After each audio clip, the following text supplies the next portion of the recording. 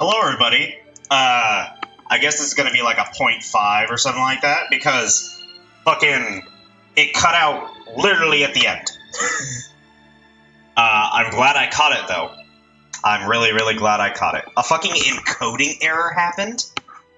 I'm assuming that's what's been happening to all of my other recordings that I have had to scrap and shit like that, which is bullshit, but oh fucking well. Anyway, it was he was glad it was the last thing he ever got to hear. Bad end, 78. The bomb explodes. I'm gonna do like the same thing I did for Shenmue, and just make a 0.5 of all of the bad endings. But I have another idea. Well, first off, let me rectify this so that I can still have a good ending. Okay, couldn't just rush in without a plan. Okay. But, go back a little further. Where's the bomb? Alright.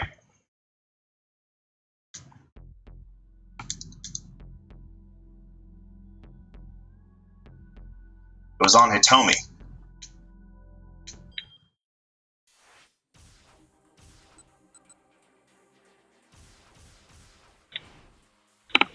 Alright, Alphard's goal.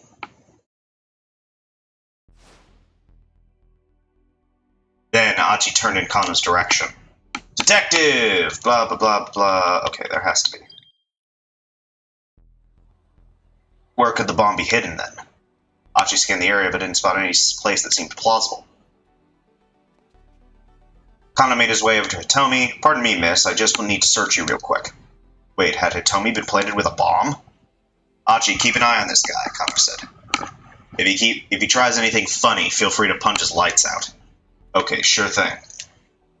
Achi took up watch over the decoy Alphard. The guy was handcuffed, but he was still a diabolical terrorist. Achi knew he couldn't let his guard down for a moment. He kept a close eye on the fake, ready to knock him cold at the first sign of mischief. Meanwhile, Kano continued to search Hitomi. Did you buy all the jewelry and accessories you're wearing yourself? Yes, most of them. I got for my sister. What about your clothes? Oh, I bought them just this afternoon. The top I was wearing before it got torn. I see. Then, as Kano continued to search, he cried out suddenly in realization. Hitomi, you have to give me your cell phone. It's a bomb. Hitomi hurriedly pulled out her cell phone and handed it to Kano. Achi looked on it in alarm as he realized the detective was going to turn the phone on. Stop! Don't turn that thing on! Kano froze at Achi's sudden shout. Why not? The detective quirked at a quizzical eyebrow. I don't know, it's just what Stanley said. He told me to make sure her phone stayed off. The blood drained visibly from Kano's face. Kano pulled out his own cell phone. Kano dialed up the police. He launched into a discussion involving a lot of cop jargon that made no sense to Achi. But one thing seemed clear. Hitomi's phone itself might be the bomb. But wait. Achi found himself doubting the phone bomb idea. If Hitomi hadn't brought her cell phone with her, what would have happened then? Would that just mean there would be no explosion here? He didn't buy it. Surely Alphard would have thought of a way to eliminate Hitomi and the decoy crook, whether she had her phone on her or not. It was too worrying a prospect to ignore. Achi waited impatiently for Kano to hang up, then asked, Well, what do we do? For now, just let me handle this. We don't know when or how this thing might explode. You guys get out of here.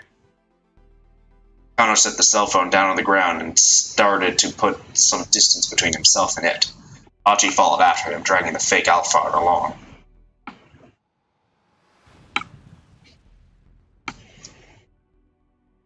Suddenly, there was a tremendous boom, and a furious impact ripped through Achi's body.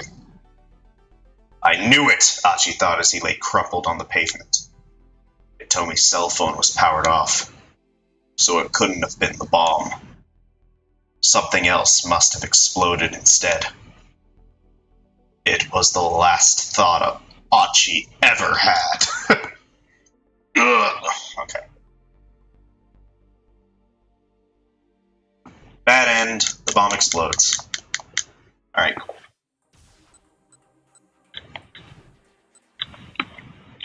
Where was the bomb?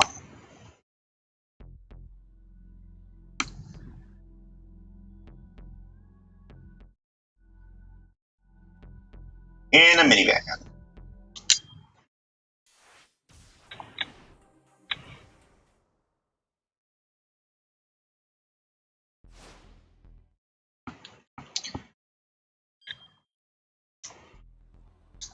Where could the bomb be hidden then?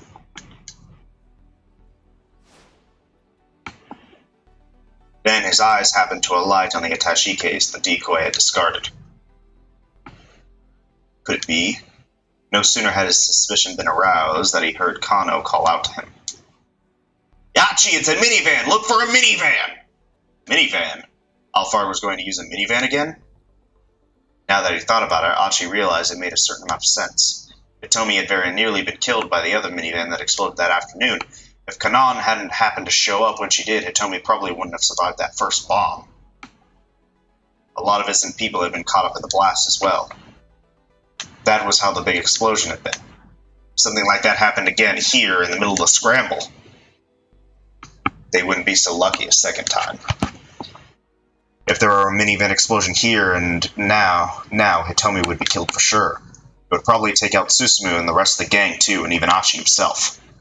Anxiously, he took another look around. There was no minivans parked nearby, though. He did spot several minivans along one of the roads leading away from the Scramble. Kano was rushing around, inspecting one vehicle after another. Nobody move! Achi shouted to Hitomi and Susumu, there's a bomb planted in a car. Make sure you stay away from any vehicles. The others gathered wordly around him, everyone but Kano, who continued his mad rush in search of the bomb. Achi went to go join him, but Hitomi grabbed hold of his arm. Achi! She shook her head. But I have to. A fierce shout interrupted him. Let me go! I can't be here right now! It was their captive, the decoy Alphard, suddenly in an uproar. He was sweating profusely, and his face had gone ghost white. It's... Look, just run! Get away from that thing! That thing? Achi followed the decoy's gaze. Was that it? Was that where the bomb was planted? Yes. Goodbye. It all happened so quickly, Achi didn't even have time to issue a warning. No sooner had he located the bomb than he was blasted off his feet. Damn it. If only I'd noticed a little sooner. As he spiraled into an abyss of regret, Achi lost consciousness for the last time.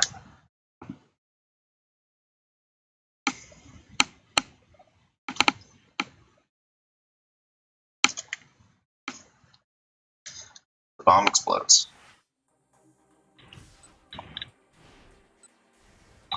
Alrighty.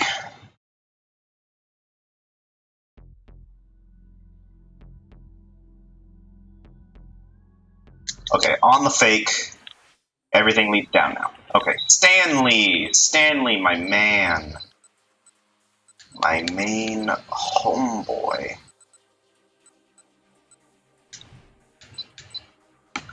Warning?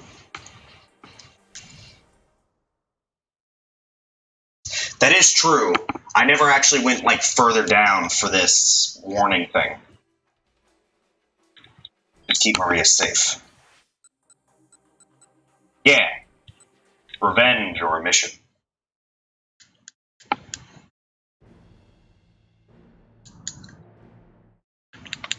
Okay, fine.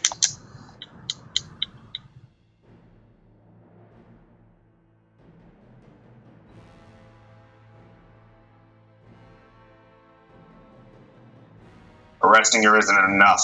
I'll make her pay with her life. It was the only fair price for the life herself had taken. There could be no restitution for Frank's death as long as she was still alive. The law wasn't going to punish Alphard. Stanley was. He didn't care if anyone else thought it was a petty vendetta. Only someone who'd suffered a loss of a loved one at the hands of a vicious killer could understand this seething resentment. The Okoshi Pharmaceutical Lab finally came into view. A large billow of black smoke was rising from one of the building's windows. Stanley felt a chill in the pit of his stomach. He hopped out of the car and then gasped. Tenno. The detective had sprawled face down on the ground outside the laboratory gate, his gun still in his hand.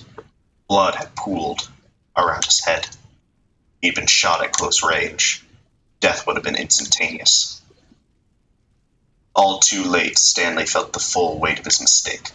Tenno had gone up against an opponent who was out of his league and had gotten himself killed, and Stanley had put him up to it. He never would have let Tenno try to handle the situation on his own. He should have done whatever it took to stop the detective. There must have been some way he could have averted this disaster. Saving Maria is your top priority, isn't it? That's right. There had been no hesitation in Tenno's words. Stanley had known how badly the man wanted to save Maria. That's why he deferred to the detective's judgment. Now he was faced with the results of his own naivete. Smoke poured from the building showed no signs of diminishing. In all likelihood, the lab had been destroyed with a bomb. Alphard's plan has run its course before Stanley had even got there. He couldn't forgive himself for having been so thoroughly outwitted, nor would he ever forgive Alphard for what the terrorist had done. Anger erupted inside him, raging like hellfire, driving him on to action. Death would be too kind a fate for Alphard. Now, more than ever before, the thirst for vengeance consumed him.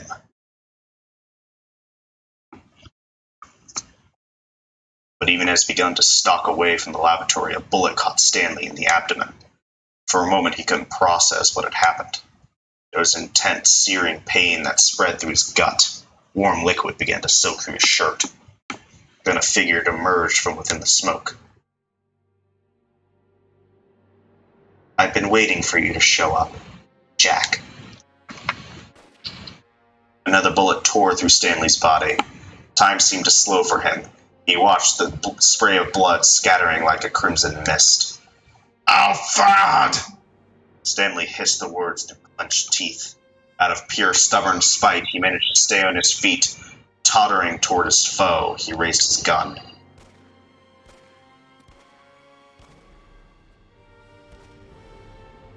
He didn't stop pulling the trigger until the very moment his world went dark.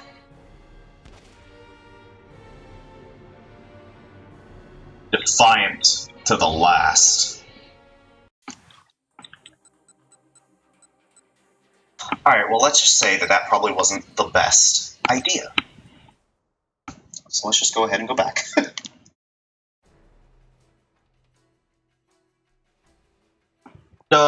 Find some way to stall. Alright, everything is fine now. Alright, but what about anywhere else? Oh.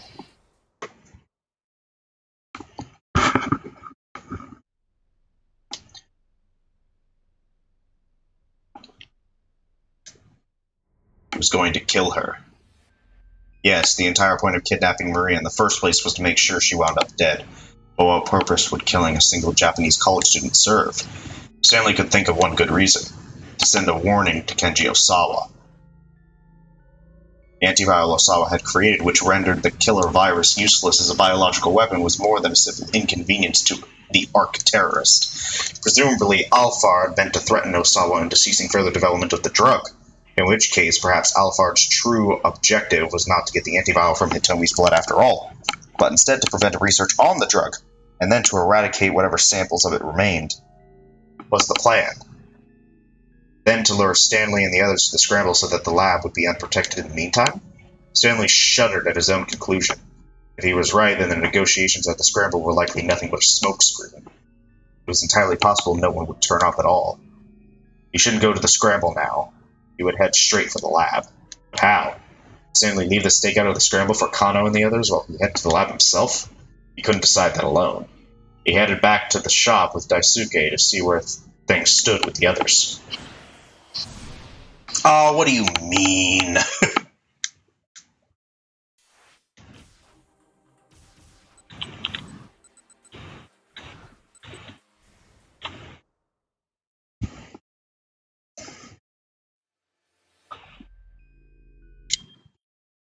No.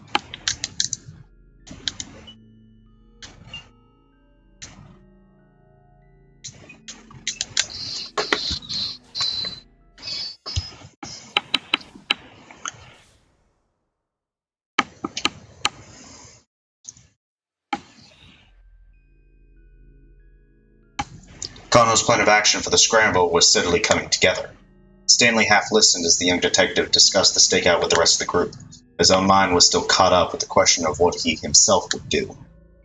He couldn't shake the conviction that he needed to head to the lab, even assuming that Alphard really did turn up the scramble, and assuming that he carried out another bioterror attack there. The worst that could happen would be a disaster in Shibuya. Terrible though that might be, it would be far worse to let Alphard, who was already in possession of the UA virus, destroy the world's only supply of the antiviral. If he succeeded at this scheme, his bioweapon would be unstoppable. He could hold the entire planet in the grip of fear. A terrorist arms dealer would most never be allowed to obtain that kind of power. Stanley couldn't take that risk. Even if he was wrong in his suspicions, it only makes sense to shore up the defense of the lab. There was only one person he could count on now, Kanan.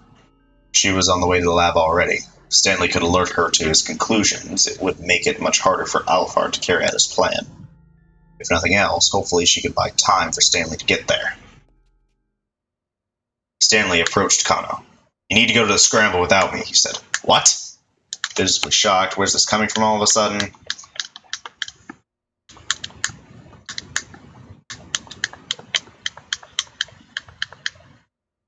"I understand. Do we have to? I'm sorry. I wish I could tell you more. It's all right." Kano gave a thumbs up.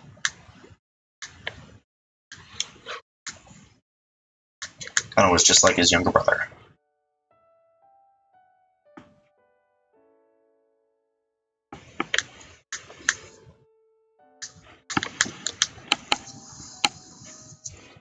Are you really okay with this? Oh, come on.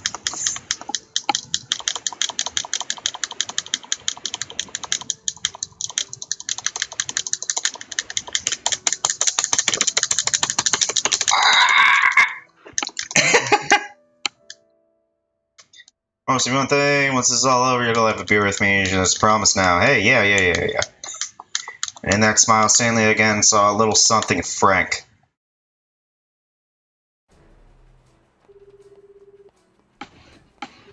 Stanley dialed up to Tenno as he ran along. "It's Stanley. What's going on? What I'm about to tell you is mere conjecture on my part, but for now, let's assume I'm mostly on the right track." He took a deep breath and steeled his nerves. "I think Alphard is heading to the lab. He's planning on hitting it to destroy the antiviral." "Are you serious?" Tenno's voice was laced with apprehension. "Yes, you need to turn back right away. I'll go to the lab with Kanan." The detective's only reply was silence. "Did you hear me, Tenno? This is an opponent who's out of your league. Turn back. I'll handle the—" "I can't do that." Now Tenno's voice was calm and steady. "My job is to get Maria to the lab as soon as humanly possible. Whether Alphard is coming or not doesn't change that." "Don't be absurd. Even if you do have Kanan with you, you can't help keep Maria safe and still win the fight that's coming. I'll give my own life to protect that girl if it comes down to it." Stanley could tell that he'd never overcome this degree of stubbornness. "Fine, have it your way then. But I'm heading to the lab too. Whatever you do, do not let your guard down. Understood." Tenno would be no match for Alphard. If the terrorist spotted the detective, he'd probably kill him on the spot. Reassurance or encouragement would be meaningless. Instead, Stanley let Tenno with one final warning.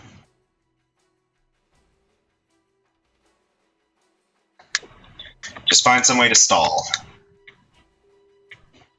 Hung up without saying anything. Stanley made it to his car, still parked on the roadside. Jumping in, he sped off toward the laboratory. Traffic had gotten pretty congested at the time he made it, Out onto the main road, the chaos and panic from the area around Shibuya Station was starting to spread.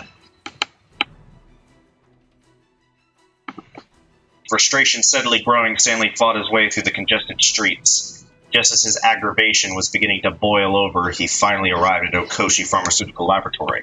He could tell immediately that something was wrong. A plume of smoke was rising from one of the laboratory windows. It was thick and black, clearly the result of a fire of some sort. Stanley hopped out of the car, drawing his gun as he approached the door. He was about to make his way inside when a scent on the air stopped him in the tracks. The smoke carried the tall odor of explosive residue. He hadn't made it in time. All his fears had come to pass. Maria, Osawa, Tateno, Kanan, they were all surely dead. And no doubt the antiviral had been either stolen or incinerated. In all likelihood, moreover, viral samples from the lab had been dispersed by the explosion. Stanley cursed. He'd already inhaled some of the smoke. This really was the worst-case scenario. They'd been utterly defeated. Stanley called up Gordon to request backup for a sweep of the laboratory. He knew that it was already too late to change anything. Even so, Stanley would go through all the motions before he admitted defeat.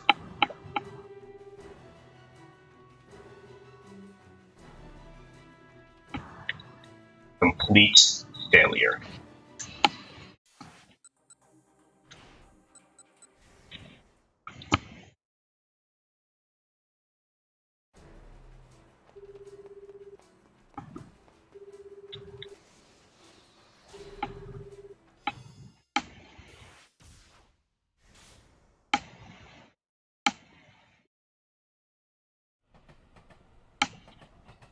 Once they'd made it past Shibuya Station, the roads were relatively clear. They ought to make it to the lab in no time. Teno's phone rang. It was Stanley. What's going on? He asked the American. I'm about to tell you is just mere conjecture on my part. But for now, let's assume I'm mostly on the right track. Stanley's voice was filled with tension. Tenno braced himself for bad news. I think Alphard is heading to the lab. He's planning on hitting it to destroy the antiviral. Are you serious? It was even worse than he had feared. Alphard, heading to the lab? Yes, you need to turn back right away. I'll go to the lab with Kanan. Is something wrong? Kanan asked, peering at him from the back seat. He couldn't hide the fact that he was trembling. She seemed perfectly calm, unfazed by the possibility of further complications. Perhaps she had already anticipated something like this happening. Did you hear me, Tateno? Stanley said. This is an opponent who's out of your league. Turn back. I'll handle the... I can't do that, Tateno replied, managing to regain his composure. My job is to get Maria to the lab as soon as humanly possible. Whether Alphard is coming or not doesn't change that. Don't be absurd. Even if you do have Kanan with you, you can't keep Maria safe and still win the fight that's coming. Maybe Stanley was right. Almost certainly he was. But Tateno couldn't put Maria's life in danger by turning back in order to save his own. Kanan, Tateno glanced at the young woman in the back seat. Yes. If Alphard shows up, don't worry about protecting me. Just keep Maria safe. You got it. That was all Tateno needed to hear.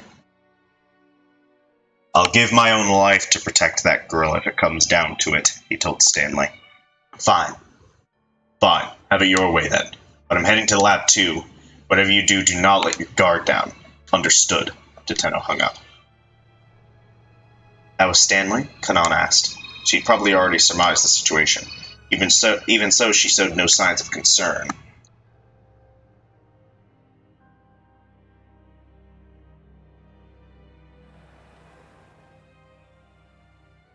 At last, the minivan arrived at Okoshi Pharmaceutical.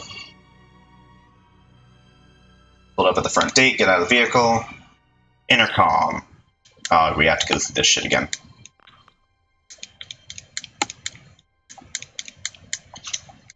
Currently on lockdown. That's absurd. And then there's Osawa.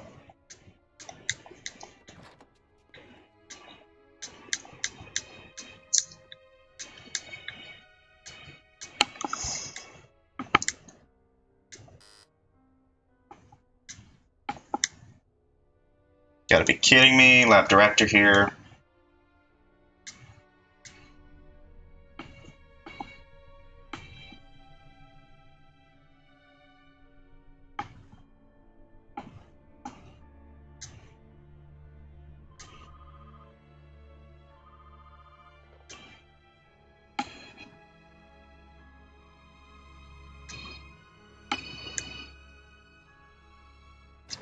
Gate suddenly opened. Cool.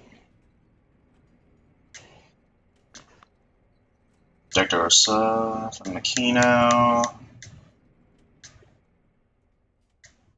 Wife is able to pull some strings. That might mean lock is open. Smile disappeared from Wasawa's face. No final layer security bullshit. Come on. Okay. Who's going to be hacking the password? I am. Ah, so you're Kanan. We should get you to the laboratory then. After checking to make sure there was nobody suspicious lurking about, Tenno headed into the laboratory with the others.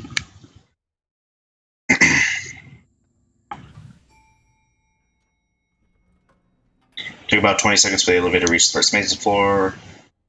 Fairly deep down. It's going to be this shit again.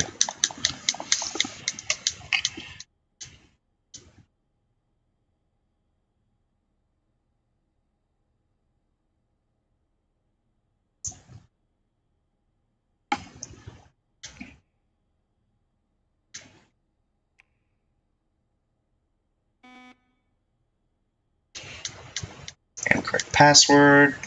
Come on. Come on. Work with me here. I wish it would let me skip this shit. Even though it's technically different, it's the same dialogue.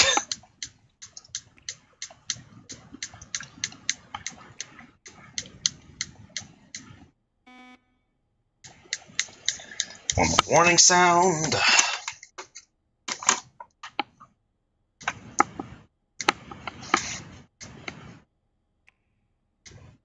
This isn't my first time. Here we go.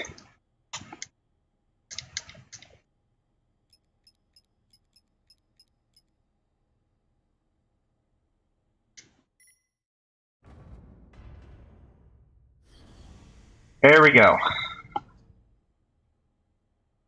Doors opened, let out a sigh of relief. Sawa gathered up Maria and headed into the storage room. Tenno felt a surge of relief as he watched the two of them go. Nan, meanwhile, was fastidiously putting away her equipment. What do you think? Tenno asked her. About what? She asked, her gaze as serious as ever. About Alphard. Why hasn't he shown up? If what Stanley was said was true, Alphard ought to be coming their way. It was both strange and unsettling that they'd been able to get inside without any interference. This isn't over yet, Tenno continued. Don't let your guard down until we know Alphard had been dealt with. Right. Kanan pulled out a pistol. You keep those two safe, she said. I'll go check things out up front. She got back into the elevator and headed up.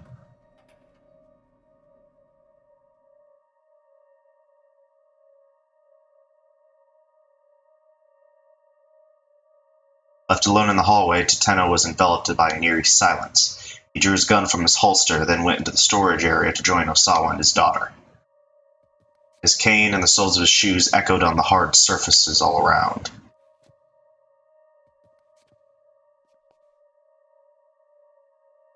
At the end of the hall, Tenno came to another door. He took up position there, determined to guard the two individuals inside. This was the only way in. If anyone was coming, they'd have to pass through here. Putting his back to the door, he let out a sigh. A great weight of exhaustion settled over him. Too much had happened over the past few hours. He'd recalled too many painful memories that had long been buried deep within his mind, and he'd realized that his whole life was rife with things he could never undo. If you're coming, then come on, Tenno aimed his gun down the empty corridor. Right now. He just needed to protect Maria. That had become his life's sole purpose.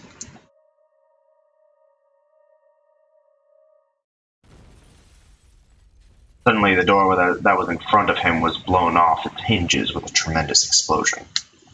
The shockwave traveling down the corridor struck him an instant later.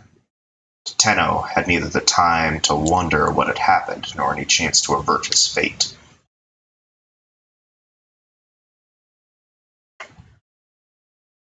An unforeseen situation. Hey, bad times, and then the worst is over. Hell yeah! Woohoo! Fuck! And then this... Maria didn't run.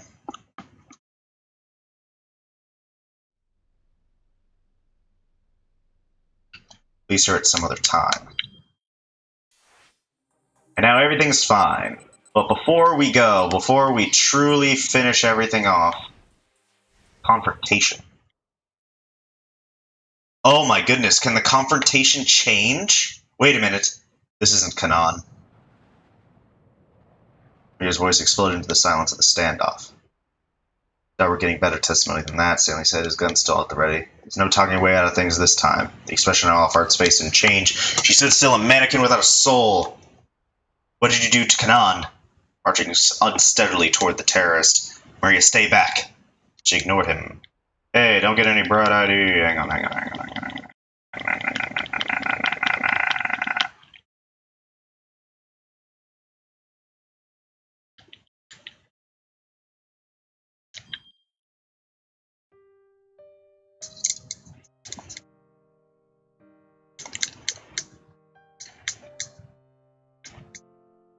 She had lived her life according to her own unshakable beliefs.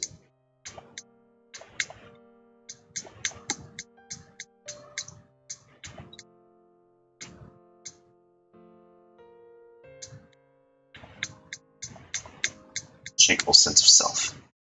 Touching equilibrium came crashing down as Maria let out a shout. This is for Kanan!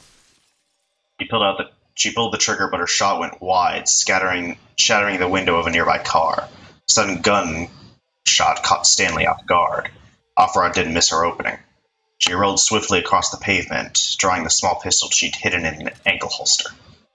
Maria hastily tried to aim for a second shot.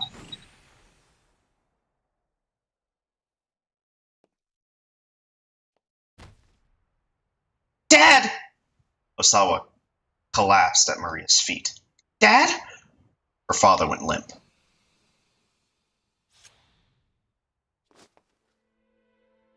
Stanley dived at Alfarad.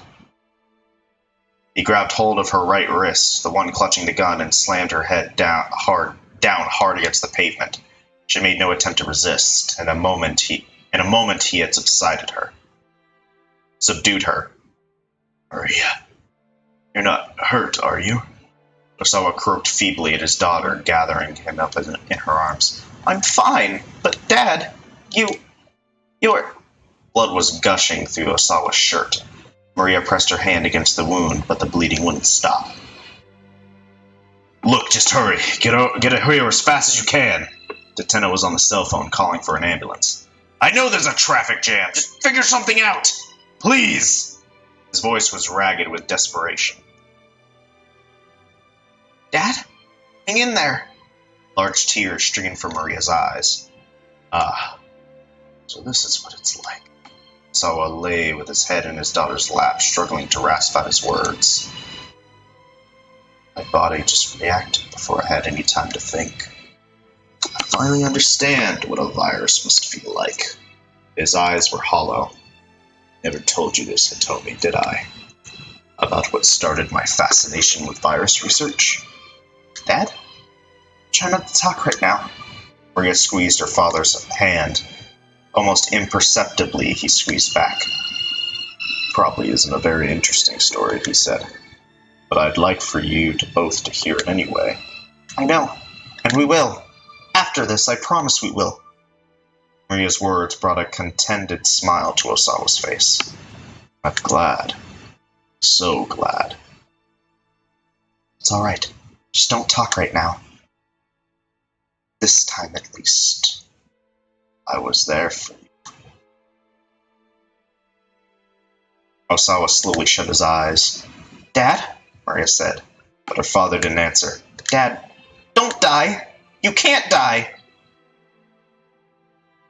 The sound of ambulance sirens wailed in the distance. Maria clutched her father's hand, trying to make her grip firm and reassuring. just as his had been back for her inside the laboratory. Please, don't die.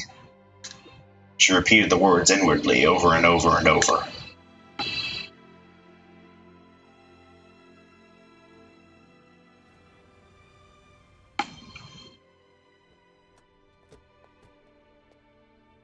Black car.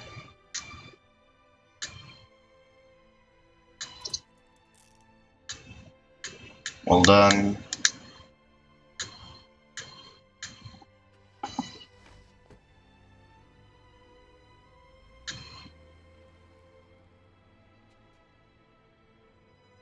Who was that just now?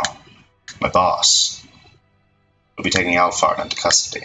You will, huh? Tenor decided not to press the point.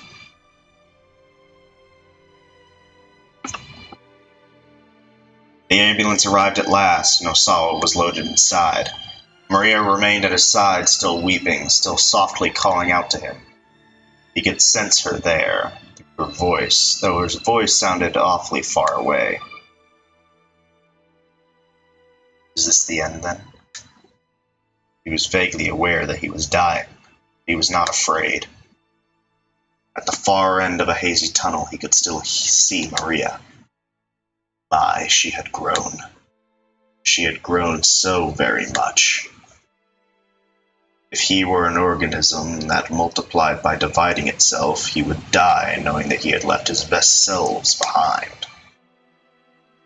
He had only one wish now, that Maria and Hitomi would go on to lead happy lives. His vision was growing steadily more dim. Tiny moots of light flickered and wavered faintly before his eyes. It looked a lot like the very first time he had ever peered through a microscope. And that was enough for him.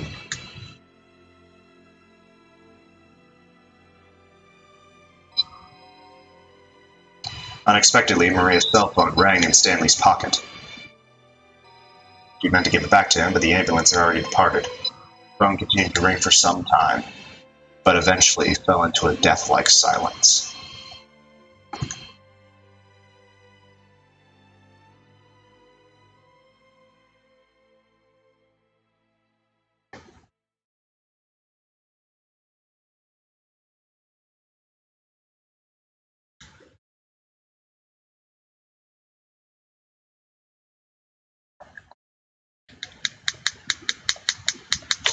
This has to be the same. It's not going to change, but it has to be the same.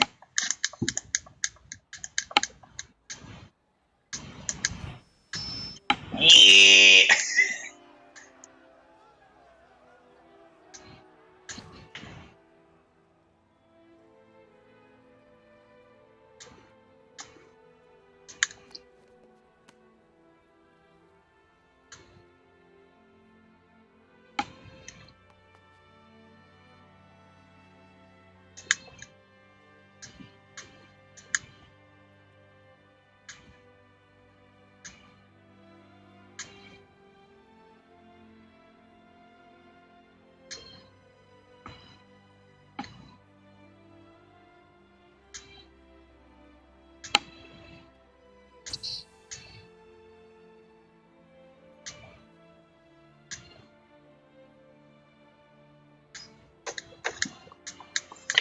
Photo time!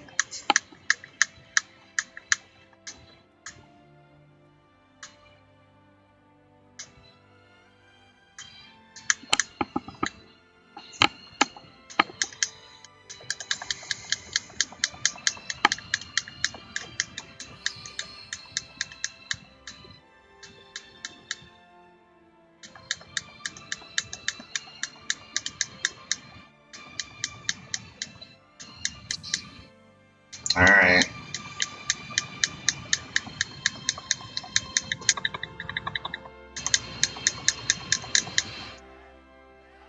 Heave ho, heave ho.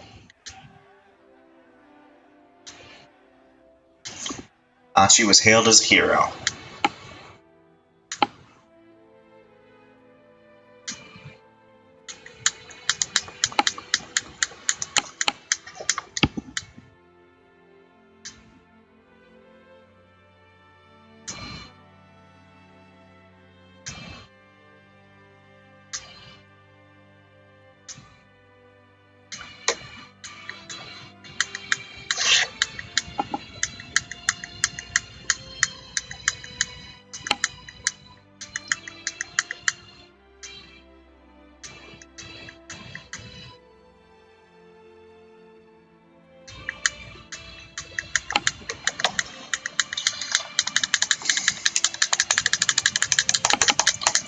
me!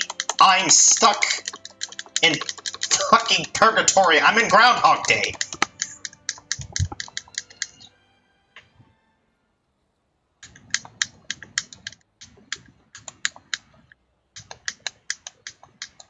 Short and sweet, in that gentle voice of hers. Good job.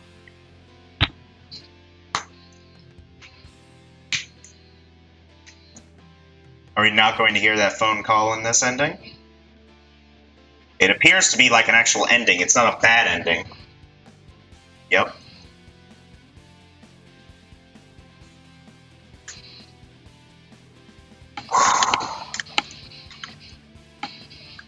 Oof.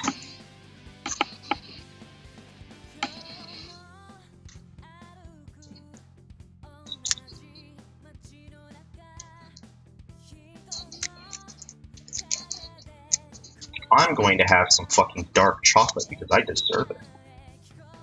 Look at that cat!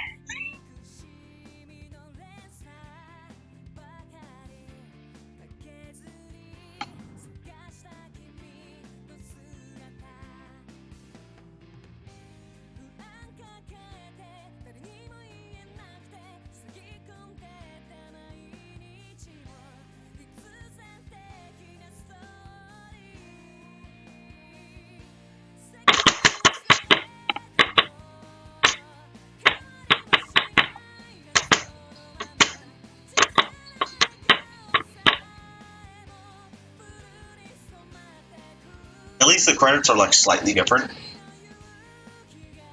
Like, slightly. Like, it's the same credits, except they're showing images from the game in the background. Like an actual other ending.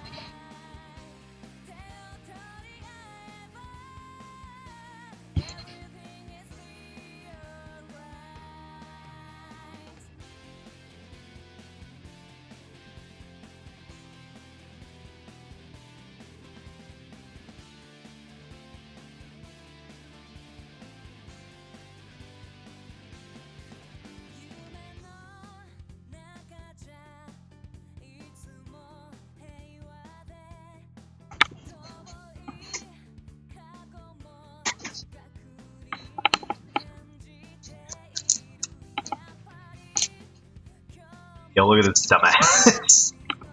I'm glad he lived. Although I wish we saw him one more time. Maybe we will, I don't know.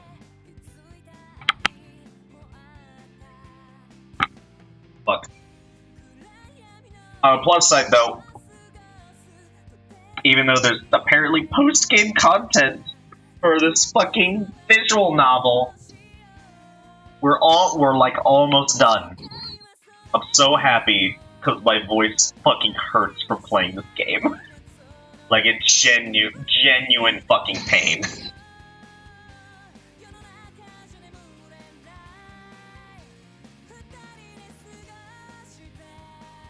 Ah! Dumbass.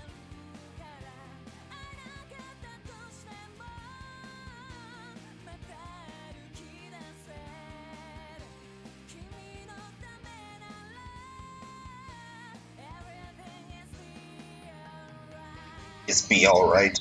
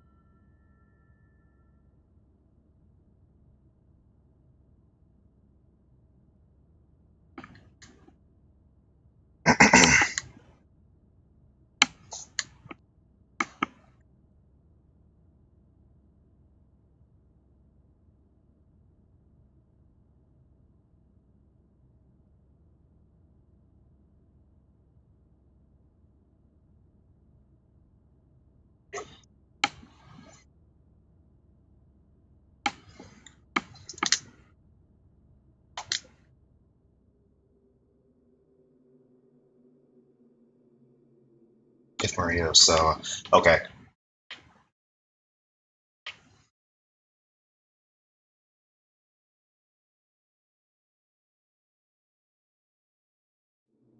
Maria Osawa had remained inside the facility, her plan would have succeeded. Everything else up until that point had gone off without a hitch. The one thing Alphard had participated was Maria bringing the bomb outside. She had injected Maria with a knockout drug back at Endo Electronics that should have kept her from moving around for a while, even after she'd gained consciousness. And in any case, she wouldn't have expected the girl to just march into the midst of an armed standoff. She had been certain that Maria would never leave the lab. She had misjudged how strong the girl's feelings for Kanan were. Maria's body had been put into a state of torpor. There were a bunch of people pointing guns at each other. Still, she had been undeterred. Alphard's plan had hinged on Maria's relationship with Kanan. And ironically, that same relationship had made the plan fall apart. It was true that she'd accomplished half of her goals, but Alphard still couldn't shake her sense of failure. She softly bit her lip as she gazed out through the car window. The bright windows of a few buildings shone out in the midst of the otherwise darkened city. A group of tiny lights that refused to be washed out by the darkness.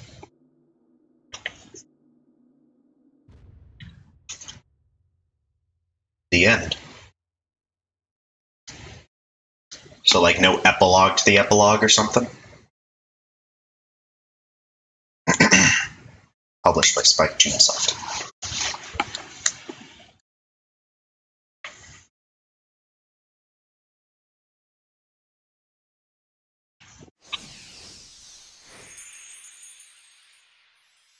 Oh! A white bookmark. Cool.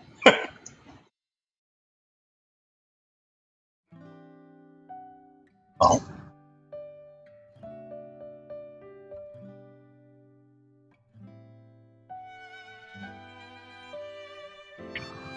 You'll find a match soon. I want to be a strong person.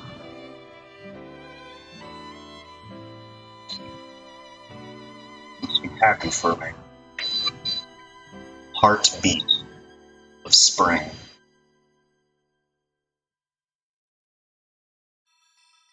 Suzune preview added to bonus content. The end? Question mark?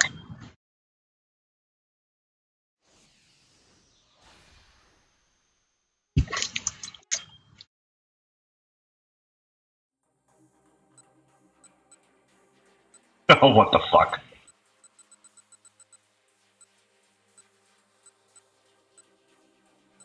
Preview. Fucking pop quiz.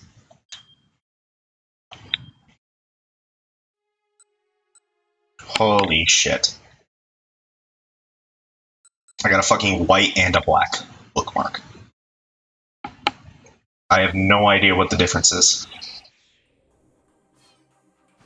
Oh. Bonus.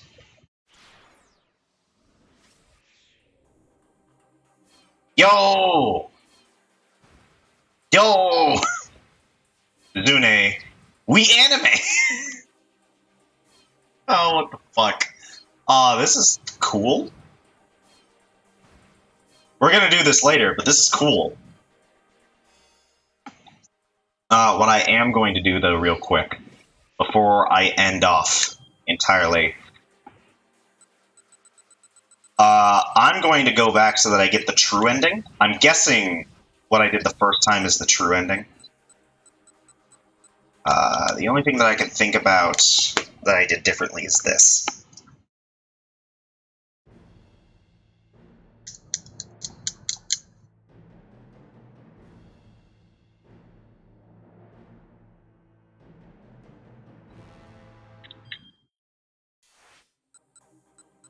Yeah.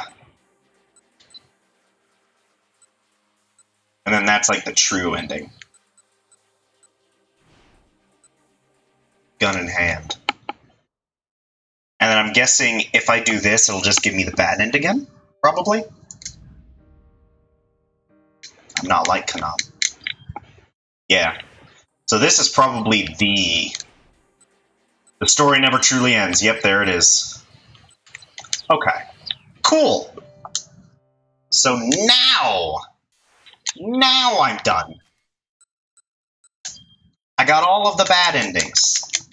Please, go away. I got all of the bad endings. Minorikawa's ending is really, really fucking weird. I have to see what the fuck Minorikawa's up to. You know, these two. But yes, and to think, it all started with a fucking...